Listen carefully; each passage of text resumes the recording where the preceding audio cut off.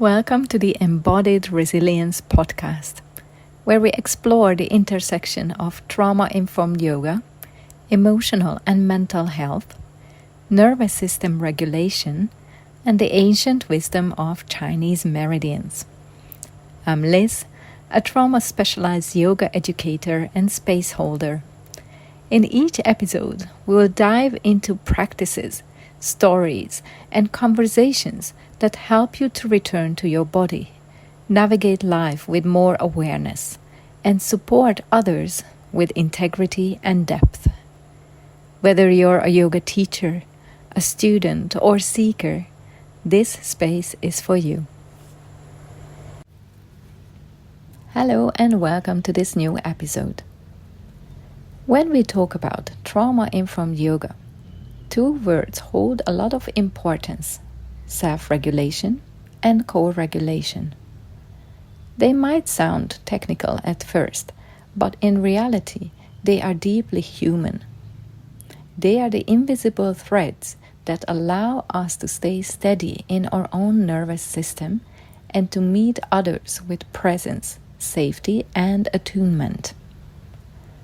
As yoga teachers, we are not just guiding people through postures, we are inviting them into stillness, into sensation, into breath, places where old stories, emotions, and even trauma can surface.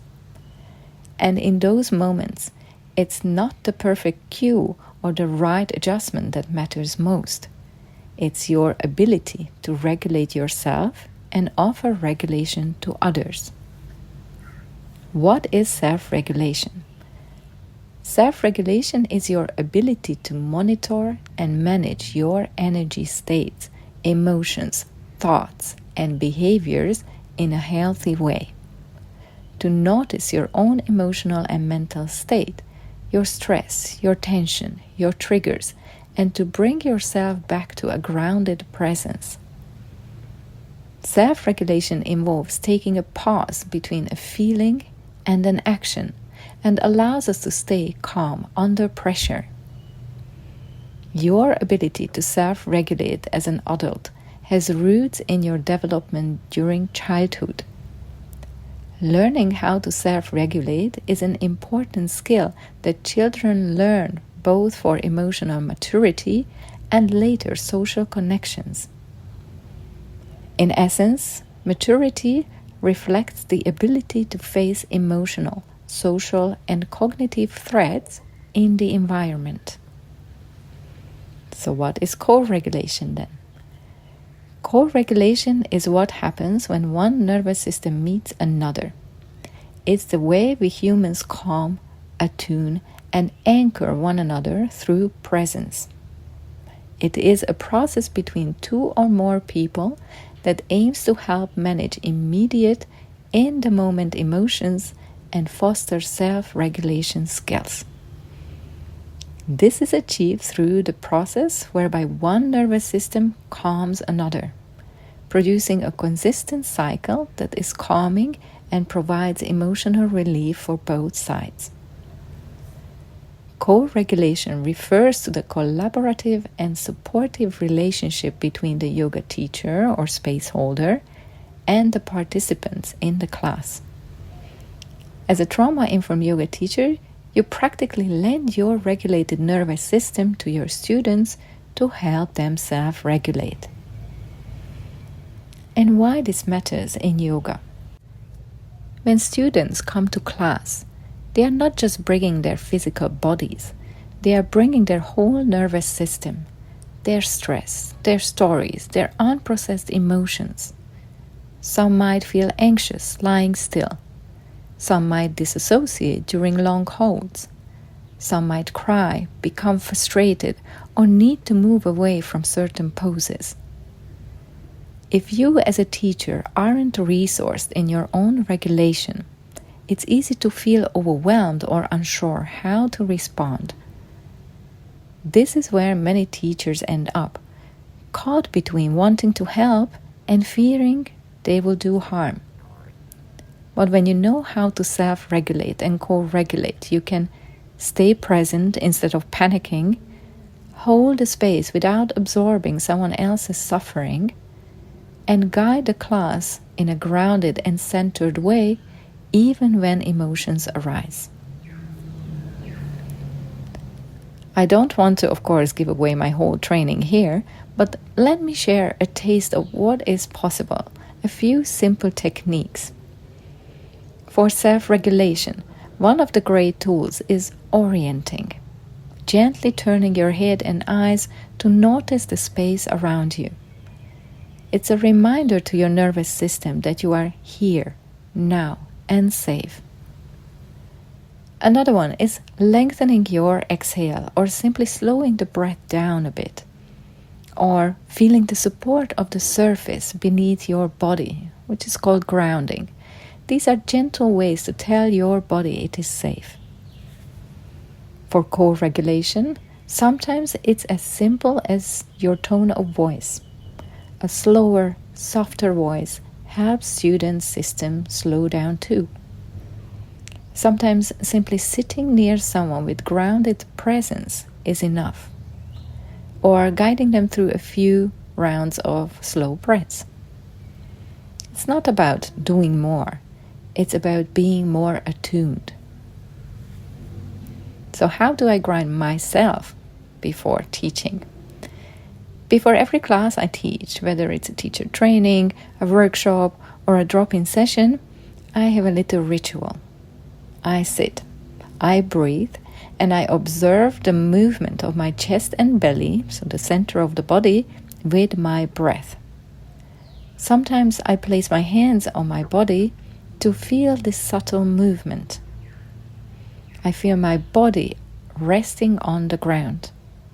This way I bring myself back from whatever chaos my day had brought. Because if I walk into a room scattered and dysregulated, my students will feel it. Their nervous system will pick it up. But if I am steady, grounded, and connected, they will feel that too. If you're curious about this, I'll be sharing my personal centering and grounding practice as a free bonus video, so look for the link in the description. You can do this simple practice whenever you teach or before you step into a challenging life situation. So why this topic is so central to my trainings? This is exactly why I created my trainings the way I did. In the 100-hour trauma-informed Yin Yoga and Chinese Meridians TTC, we go deep into these skills, not just the theory, but the embodied practice of regulation, space holding, and trauma awareness. And for those who don't want to commit to a 100 hours course, I designed a shorter 30-hour trauma awareness course, a way to learn essential trauma-informed tools of attunement, regulation, and space holding, and to weave these into your teaching practice or your yoga practice. Because here's what I have seen. Teachers who know how to regulate themselves create classes where students feel safe to explore and transform. Teachers who don't often end up burning out, overwhelmed, doubting themselves, or Teachers who don't often end up overwhelmed, burning out, doubting themselves, or unintentionally doing harm. And I really don't want that for you. At the end of the day, self-regulation and co-regulation aren't just techniques. They are a way of being with yourself and others. When you can meet your own self with kindness, you can meet others with compassion. When you can anchor yourself, you can become an anchor for others. When you regulate, you give the others permission to do the same. And that's the heart of trauma-informed yoga. And if this resonates, I would love to walk this path with you, whether through my 100-hour TTC or my 30-hour trauma awareness course, because the yoga world doesn't need more perfect sequences or flashy cues. It needs more grounded, steady, compassionate teachers who know how to create and hold safe spaces. If today's episode resonated with you and you feel called to explore this work more deeply, here are a few gentle steps you can already take. You can download my free ebook, Meridians, Emotions, and Yin Yoga, which is a beautiful starting point for understanding the connection between your body, emotions, and energy. If you wish to go deeper into the trauma awareness topic, watch my free webinar, Trauma-Informed Yoga Foundations.